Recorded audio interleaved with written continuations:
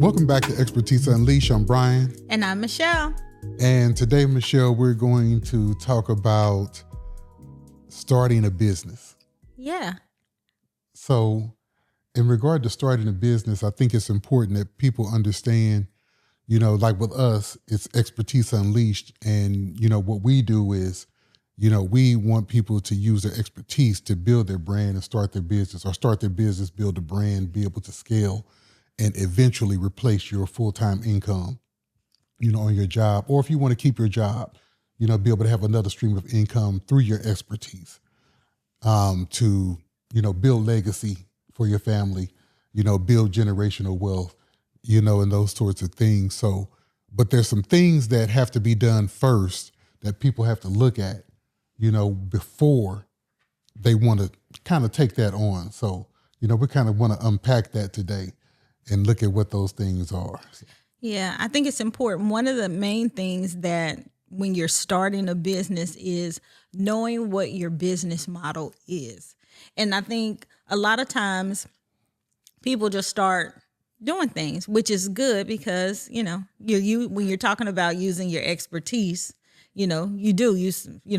somebody, a home cook is good and they start baking cakes and pies or cooking dinners, preparing meals for people, or administrative people, start, doing clerical things, administrative things, planning calendars and taking on administrative stuff for people.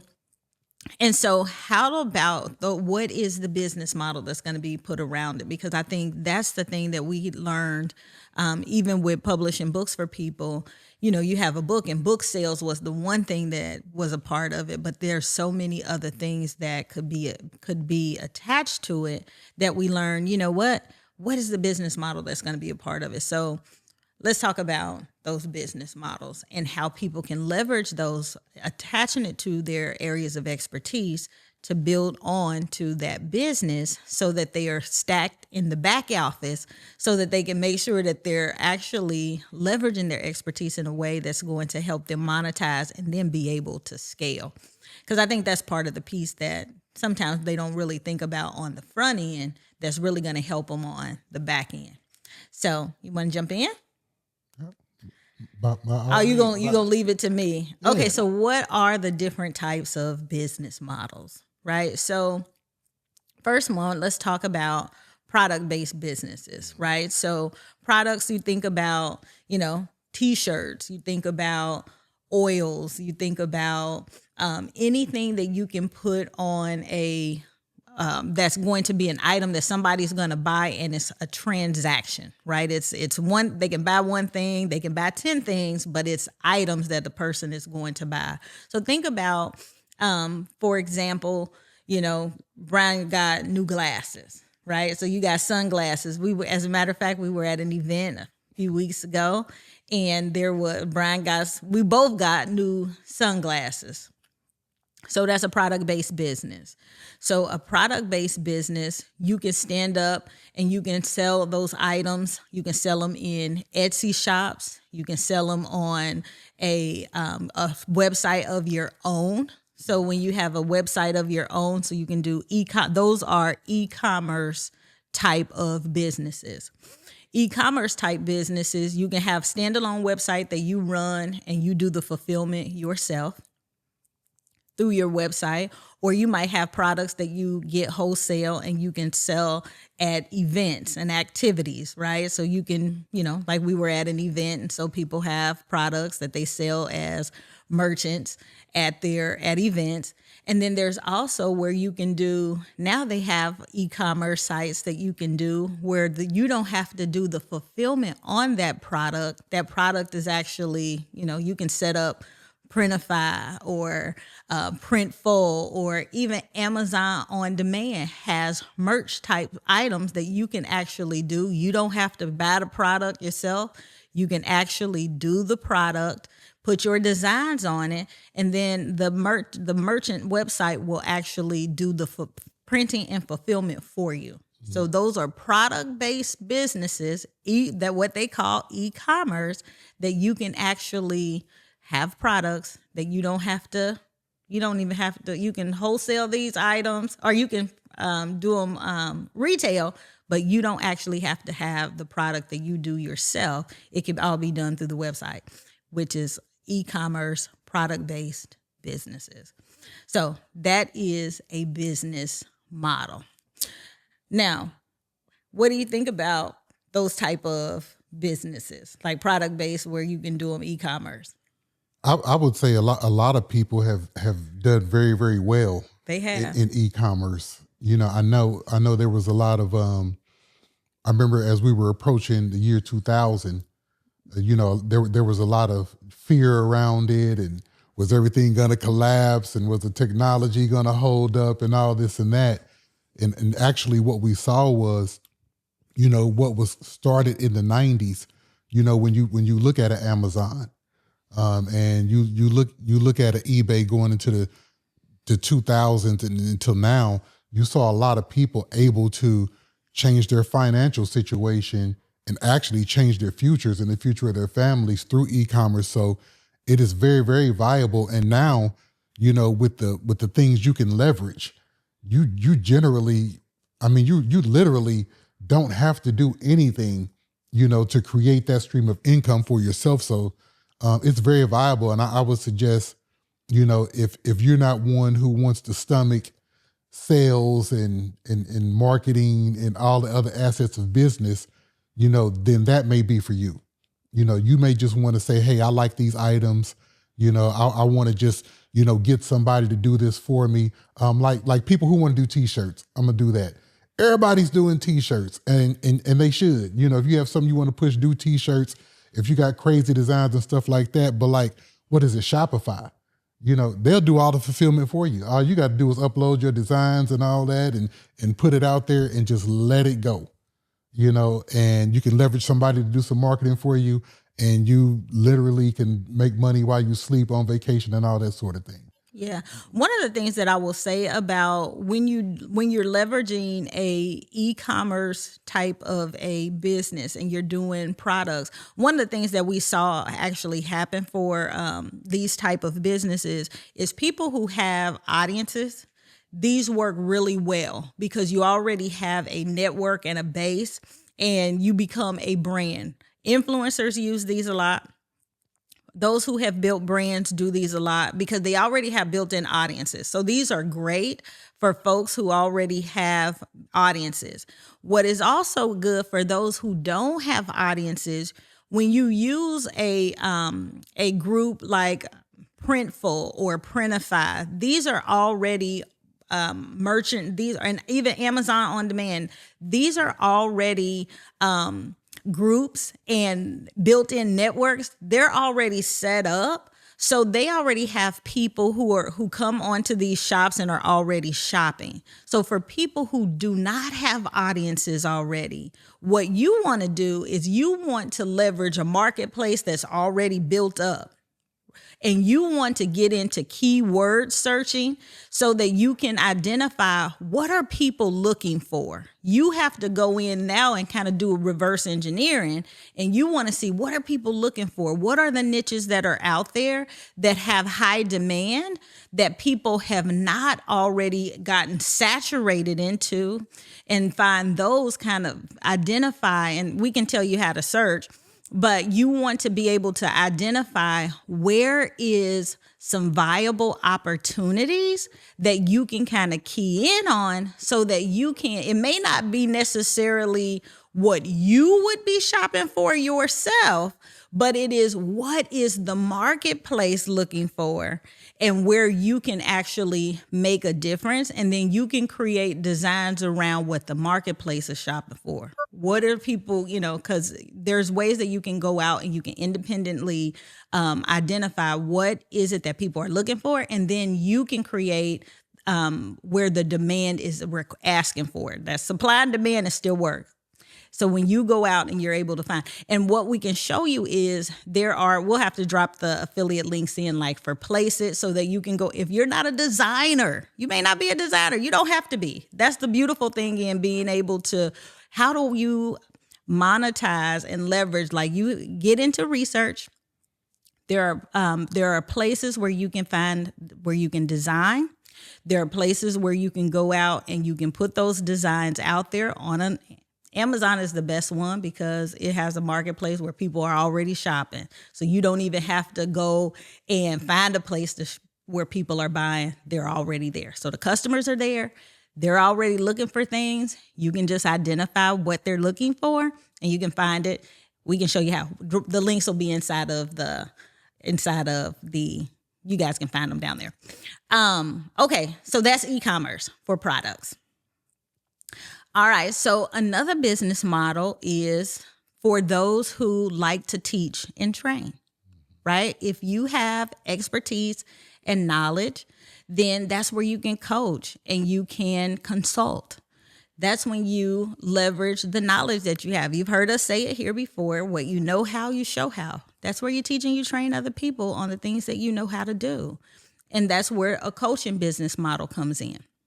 Now, I looked at a figure, and the knowledge business, as you call it, it's literally has grown to be a $5 to $6 billion a year business. That's a staggering number, and it's only going up because people are searching for something. People want their problems solved, and they want them solved fast these days.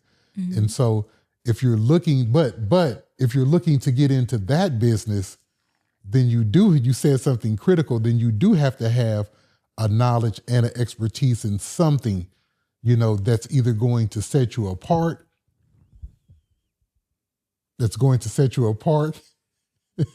Keep breaking down your microphone. I know I'm tearing the equipment up. Or, if you're breaking into it, you need to have something that's going to, be able to, you have to say something that's going to be able to attract people. But like I said, $5 to $6 billion business, and it's only growing. And you see a lot of people going into that. There's literally coaches and consultants for everything, health and wellness, cars, building businesses, scaling businesses, marketing, sales coaches. I mean, there's whatever category you need help in, there's somebody out there to do it.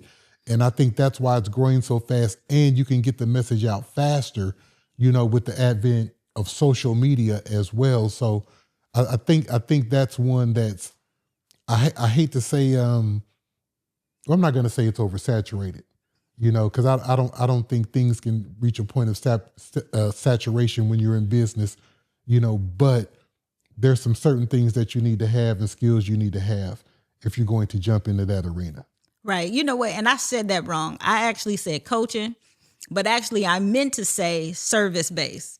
We talked about products, but I meant to say service-based. Coaching is a service-based business, but there are a number, just like you said, there are a number of service-based businesses. So when you service-based, that is, you are providing a service for somebody. So the coaching is a service, marketing is a service, videography is a service. There are so many services, whatever it is that you can do to provide a service for somebody. Like we're getting ready to go into tax season. So somebody is getting ready to get their taxes prepared, service-based business. There's somebody that's going to get their car serviced, service-based business. There's all different types of services that you can provide. I was just talking about meals, right? Somebody who cooks. You don't want to do meal prep. We were talking about, our daughter's gone to England now. She would do all of our meals for us. We can just go in the refrigerator, pull the meal out, because she would do all of the prep for us. So now we got to get somebody else to do that for us. That's a service-based business. So whatever type of service it is that you can provide, as a matter of fact, I'm gonna use Brielle as an example. So we wanted to have healthy meals prepared, right? And I said, you know what, Brielle, I'm on meetings practically every day from sun up to sundown.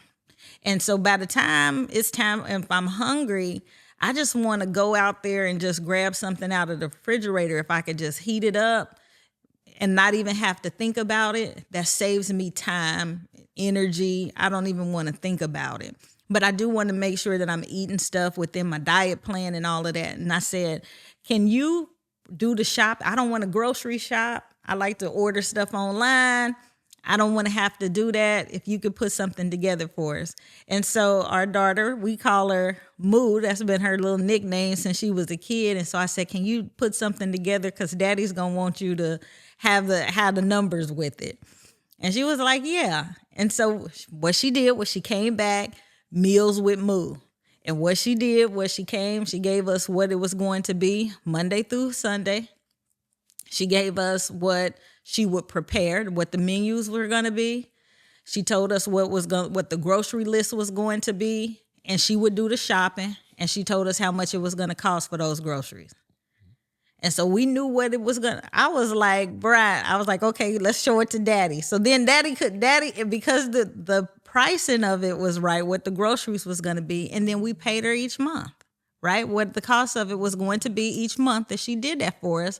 And we didn't have a problem with it because what it was for us is it was convenient. The meals were going to be prepared. We didn't have to worry about what they were going to be. They were going to be healthy. And we was like, okay, this was good. It was perfect. Daddy didn't even argue. You didn't even argue with it, did you, Brian? No, but now I do it and pay myself. But it works.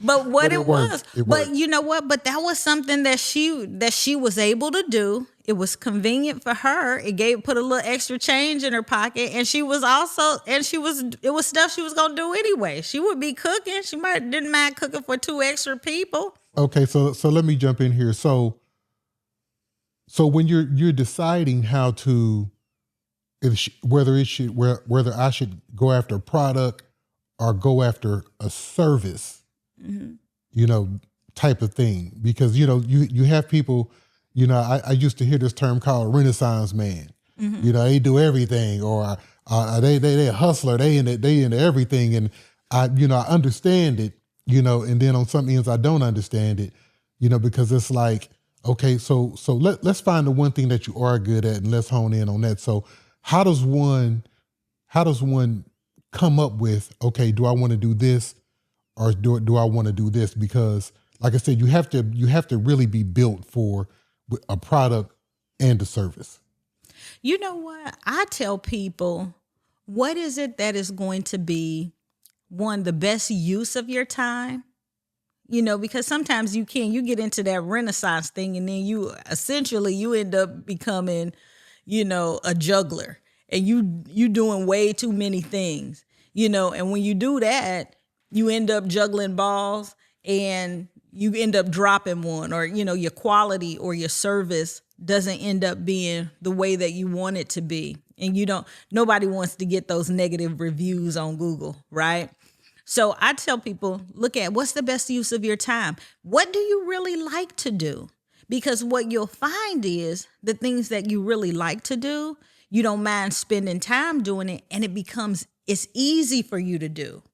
When it's easy for you to do, you can do more. You can do it quicker. There's some efficiency in what it is that when you expending that time, all the shortcuts and the ways to do it so that you can keep your quality level up, and you're able to do that service much quicker. And sometimes you're able to stack on top of it.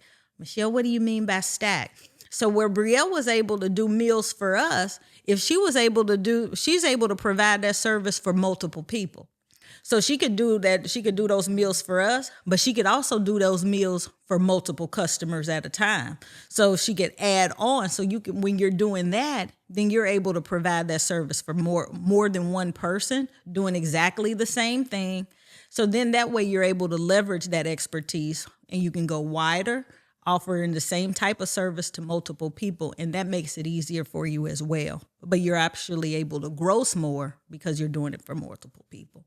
So that's what I would tell people to do is what can you do that's where you get one-to-many models. So, for example, if you have a coach, for example, they're able to do coaching instead of doing one-to-one. You're able to do that same coaching for one to. You're able to coach in a group setting as opposed to doing coaching for one-on-one. Yep, in a service-based model. Yeah. Yeah, and actually, being able to, start something and then pivot to where, you have more use of your time, as one-to-one and group coaching. I got 50 people now as opposed to I'm just coaching 5 people a week. Now I'm coaching 50 people one time a week. And so that creates more time and opportunity for you to do other things. But I do think people do need to understand that when you make the main thing first, whether it's a product or whether it's a service, and once you get that going, it will provide the income and overflow for you to do other things and to jump into, and then you just keep creating, and then you're just adding more wheels to the spoke, as they say, and then you look up, you got 4, 5, 6, 7, 8, 9 different streams of income, if that's what you choose to do. For some people, that one main thing, it's so main, and the return on it is so large, they really don't really need to do anything else, and they can invest and do all other things with that. And so that's another thing I think that people have to keep in mind. That one thing could blow up like Amazon. Right. Amazon blew up and Bezos didn't have to really, I'm sure he has other things that he does, but right. Amazon's Amazon. Right. I will give them one more business model that is a good one that actually takes less time. So you can do actually affiliate marketing is another stream that you can do. There's a little bit of work that you do on the front end that actually pays dividends on the back end. So you can do affiliate marketing. So if an affiliate marketing is where you are doing products and services that you actually use, you can use those links, you can share them. So for example, where we have shared all of the links to Amazon On Demand, for example, we will share our link that says, hey, you can go and do this service and set up your business. You'll get a 20% discount using our link. And so when you do that, you're actually paid when you refer it to someone else. And all you're doing is sharing the links. Now you're upfront about, hey, you'll be paid a commission off using those links when you share them with other people. But it's just like if you would refer somebody to a restaurant that you use or a service that you use, you'll get a bit of a referral discount. A referral for sharing it with somebody. But that's also another way that you're actually able to make income by actually sharing services that you already use. Yeah, that affiliate marketing is crazy. I know there's a guy that does affiliate marketing for one of the coaches that we have, and he's making like $12,000 a month, and that's all he does. He's got like 12, 13 affiliate like things he does that with, and it's actually phenomenal. And I was like, man, I wish I knew something about this when I was 26, 27. Right. He's literally rolling. And it's very encouraging because if he can do it, Anyone you can do it. Anybody can do it. Right. And people appreciate you just sharing their business along. And so they are willing to give you a kickback on you sharing their business with other people. People appreciate you doing that for them. Yeah. It's that same old thing. Would you rather have 100% of a peanut or, 80%, 70, 60% of a watermelon? So people are willing to share and pay you. So, very viable business. It is. It Well, is. That was good today. It was. Michelle. Yeah. So we are so glad that you tuned in to this episode. If you got something out of it, certainly share it, like it, share it with someone, and make sure you comment. Let us know what you guys are thinking about the episodes. We always appreciate hearing from you. And with that, I am going to kick it back to Brian to close us out. I'm going to close a little bit different today. We just want you to know that you don't have to go at it alone. If you want some help, click a link in the description below and schedule a 15-minute call with us. And as always, some people are meant to create small business. Some people are meant to create large business. And some people are meant to create empires. Which one are you?